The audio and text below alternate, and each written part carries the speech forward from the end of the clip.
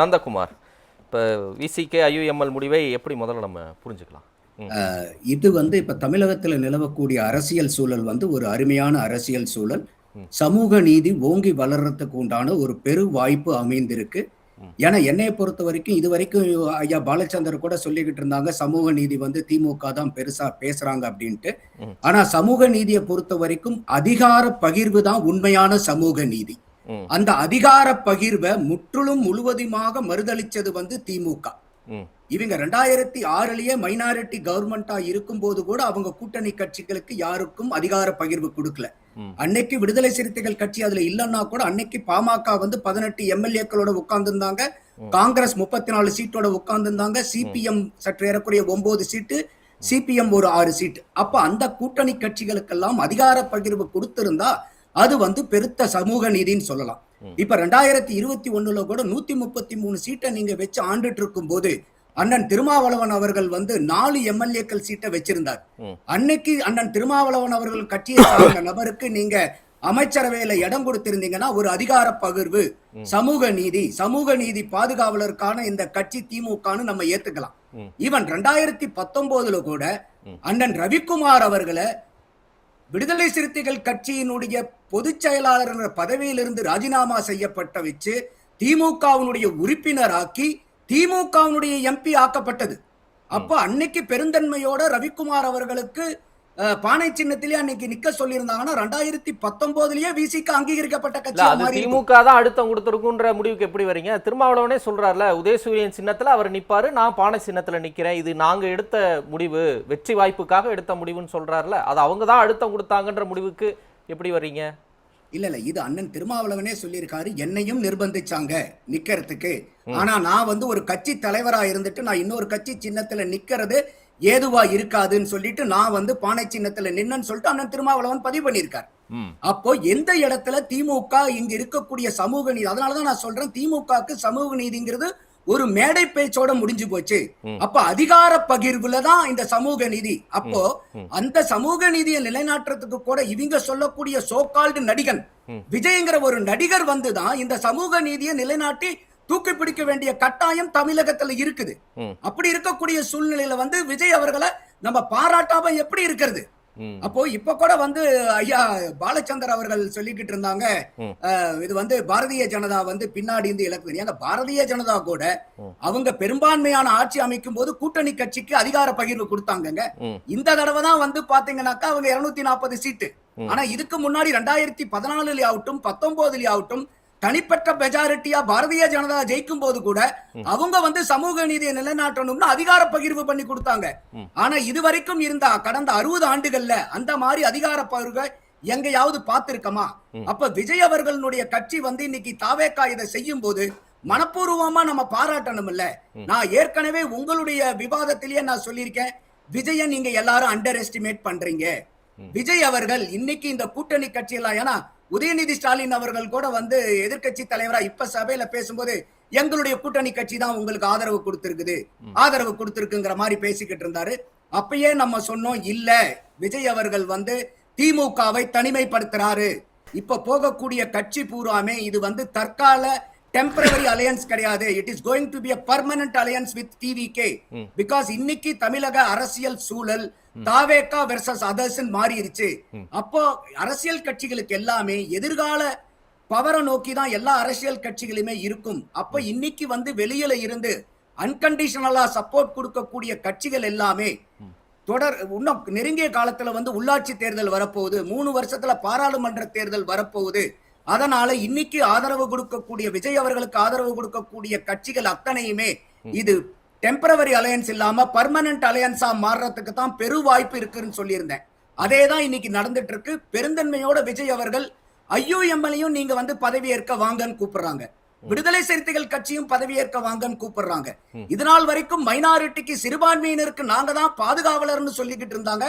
நம்ம அப்பயே சொல்லிக்கிட்டு இருந்தோம், திமுக சிறுபான்மையினர்களுக்கு கேடயமா இல்ல, சிறுபான்மையினரை திமுக தனக்கு கேடயமா பயன்படுத்திக்கிட்டு இருக்கு நம்ம பல தடவை சொல்லி இருந்தோம்.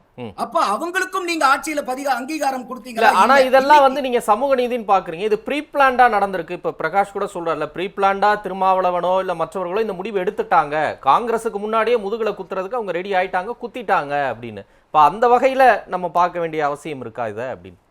இல்ல ஐயா, பிரகாஷ் சொல்றதுல எனக்கு மாற்று கருத்து இருக்கு. காரணம் என்னன்னு கேட்டீங்கன்னாக்கா, இந்த எலெக்ஷன் முடிஞ்சதுக்கு அப்புறம் மக்களுடைய தீர்ப்பை மதிக்காம திராவிட முன்னேற்ற கழகம் எப்படியாவது எதையாவது பண்ணி விஜய் அவர்கள் ஆட்சிக்கு வரக்கூடாதுங்கிற சூழ்நிலையில 53 வருட பரம எதிரியான அதிமுக கூட கைகோத்து அதிமுகவை ஆட்சியில உட்கார வைக்கிறதுக்காக இவங்க வந்து சதித்திட்டங்கள் தீட்டிக்கிட்டு இருந்தாங்களா இல்லையா?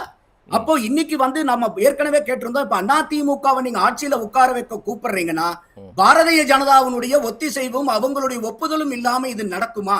அப்ப இதனால் வரைக்கும் திமுக கடைபிடித்து வந்த பாரதிய ஜனதா எதிர்ப்பு, மோடி எதிர்ப்புங்கிற போலியான அரசியல் பூரா அம்பலப்பட்டு போயிருக்குது. அதே மாதிரி அதிமுகவினாவே அவங்க சொன்னது என்ன? அமித்ஷா திமுக, அடிமை திமுக. அப்ப இன்னைக்கு அதெல்லாம் மாறிடுச்சா? அப்போ இன்னைக்கு இந்த கூட்டணி கட்சிகள் வந்து ஐயா பிரகாஷ் சொல்ற மாதிரி முன்னாடி எல்லாம் இல்ல. இவங்க ஏன் இன்னைக்கு வந்து திமுகவை வெறுத்து போறாங்கன்னா, இவங்க கூட்டணியில திமுக கூட்டணியில இருந்து பொதுமக்களும் சிறுபான்மையினரும் நம்பிக்கிட்டு இருந்த மாதிரி திமுக பாரதிய ஜனதா எதிர்ப்பு அரசியலை தான் செய்துன்னு கூட்டணி கட்சிகளும் நம்பிக்கிட்டு இருந்தாங்க பிரதானமா. ஆனா 7ஆம் தேதி கூட்டி என்னைக்கு ஐயா ஸ்டாலின் அவர்கள் வந்து இவங்க கிட்ட சொல்லாரோ இந்த திட்டத்தை, அப்பயே பேபி அவர்கள் 8ஆம் தேதி இந்தியா டுடேல பப்ளிஷ் பண்ணிட்டாரு ஓபனா. அவர் வந்து சரிங்க, ரைட். இப்ப அவங்க ரெண்டு பேரும் அப்படி பண்றது மக்களுடைய தீர்ப்புக்கு முரணானது அப்படின்னா, அப்ப தீய சக்தி திமுக கூட இருந்து அவர்களை முன்னிறுத்தி வெற்றி பெற்ற இந்த 8 சட்டமன்ற உறுப்பினர்களோட ஆட்சி நடத்துறதுங்கிறது வந்து என்ன விதமான ஒரு நிலைப்பாடு? அதே மாதிரி கொள்கை எதிரின்னு சொல்லி இப்ப பிஜேபியோட கூட்டணி இருந்த அதிமுகவின் சட்டமன்ற உறுப்பினர்கள் 25 பேரை அவர்களுடைய ஆதரவை பெற்று அவர்களை போய் நேர்ல போய் சந்திச்சு வாழ்த்து வாங்குறது அப்படிங்கிறது என்ன விதமான அரசியல் நிலைப்பாடு? இன்னொரு ஒரு சந்தேகமும் எழுப்பப்படுது. சட்டப்பேரவையில இவங்க ஆதரிச்சு ஓட்டு போட்டாங்க, திமுக வெளிநடப்பு பண்ணிட்டாங்க, எடப்பாடி பழனிசாமி எதிர்த்து ஓட்டு போட்டாரு. பாட்டாளி மக்கள் கட்சி எங்களுடைய கொள்கையும் உங்களுடைய கொள்கையும் ஏறக்குறைய ஒரே மாதிரி இருக்கு, அதனால நாங்க நடுநிலை வகிக்கிறோம்னு மிக தீவிரமா பாஜகவை எதிர்க்கக்கூடியதா திமுகவுக்கும் பாஜகவுக்கும் அண்டர் டீலிங் இருக்கு.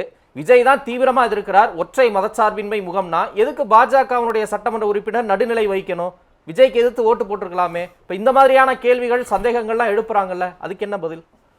நியாயமான கேள்வி தமிழரசன் நீங்க கேட்டது. இப்ப முதல் போர்ஷன் வந்து ஏன் திமுக கூட்டணியில இருக்கிறவங்க தாவேக்காக்கு ஆதரவு கொடுக்கறாங்க அந்த போர்ஷன் எடுத்துக்கிட்டீங்கன்னா, ஏற்கனவே இவங்க வந்து பாரதிய ஜனதா எதிர்ப்பு மதசார்பின்மை கூட்டணி. ஏன்னா இன்னைக்கு திமுக கூட்டணியில இருந்து அத்தனை கட்சியும் சொன்ன ஒரே மையப்புள்ளி என்னன்னா, பாரதிய ஜனதாவை எதிர்க்கிறதுக்காக நாங்க இந்த கூட்டணியில இருக்கிறோங்கிற ஒண்ணுதான் மையப்புள்ளி. அங்க வேற எந்த கொள்கை கோட்பாடுகள்லாம் அங்க மையப்புள்ளி கிடையாது. இதை நம்ம பல தடவை விவாதிச்சிருக்கோம். அப்போ அந்த மாதிரி இருந்த திமுக இன்னைக்கு வந்து அதிமுகவை ஆட்சி கட்டில வந்து உட்கார வைக்குங்கிறது போது DMK is no more a secular party அப்படிங்கிற காரணத்துக்காக தான் அவங்க வந்து தாவேக்கா கூட போய் சேர்றாங்க. இது பேபி அவர்களே பிரதானமா வந்து அம்பலப்படுத்தினாரு. அதனாலதான் அந்த இடத்துக்கு போறாங்க. இப்ப ரெண்டாவது அதிமுகவுடைய கூட்டணியில் இருக்கக்கூடிய ஃபேக்ஷன், அந்த ஃபேக்ஷன் அவங்க என்ன சொல்றாங்கன்னா, அவங்களும் இதே மையப்புள்ளி வைக்கிறாங்க. எங்களுக்கு 53 ஆண்டு கால அரசியல், அந்த திமுகவுடைய கரவேட்டியை எதிர்த்து தான் எங்களுடைய கரவேட்டி, எங்களுடைய கரவேட்டி அரசியலை எதிர்த்து தான் அவங்களுடைய கரவேட்டி. எங்களுடைய ஃபவுண்டிங் பிரின்சிபிளே அதிமுக திமுக எதிர்ப்பை மட்டும் பேசிட்டு இருக்கலாம்ல, தாவேக்காவுக்கு எதுக்கு கேட்காமலே போய் ஆதரவு கொடுக்கணும்? அந்த ஆதரவை இவர் எதுக்கு வாங்கணும்? அதுதானே இங்க எல்லாருக்கும் சந்தேகம். இல்ல அதத்தான் சொல்றோம். அப்போ இந்த மாதிரி இருக்கக்கூடிய அதிமுகவுடைய 53 ஆண்டு கால அரசியல நீங்க ஒரே நொடி பொழுதுல வந்து விஜய் அவர்கள் ஆட்சிக்கு வந்துடக்கூடாதுங்கிறதுக்காக திமுக கூட போய் நீங்க கை கோக்கறீங்கன்னா இது எந்த மாதிரி அரசியல்? அப்ப திமுகவுக்கு அதிமுக ஆதரவு கொடுக்கறத விட, திமுகவினுடைய ஆதரவுல அதிமுக ஆட்சி அமைக்கிறத விட தாவேக்காக்கு ஆதரவு கொடுக்கிறது எவ்வளவோ மேல் அவங்க முடிவு. அதுல அதிமுக வளர்ந்துருமா? அதிமுக மீண்டு எழுந்து விடுமா? அது அதிமுக காரங்க தான் கவலைப்படணும். அப்புறம் என்ன? அதிமுக காரங்க இல்ல நீங்க கேக்குற கேள்விக்கு சொல்றேன். ஏன் வந்து அந்த ஃபேக்ஷன் வந்து சப்போர்ட் பண்றாங்கன்னா, திமுகவை ஆதரிக்கிறத விட தாவேக்கா ஆதரிக்கிற நிலைப்பாடு அதிமுகவுக்கு எவ்வளவோ பரவாயில்ல. அவங்களும் என்ன சொல்றாங்க, பாரதிய ஜனதா கூட எங்களோட டைஸ முடிச்சுக்கிறோம்னு வராங்க. சோ அதனாலதான் வந்து பாத்தீங்கன்னா அந்த ஃபேக்ஷன் வந்து அவங்க. சரி, ரொம்ப சுருக்கமா நான் இன்னொன்னு கேட்டேன்.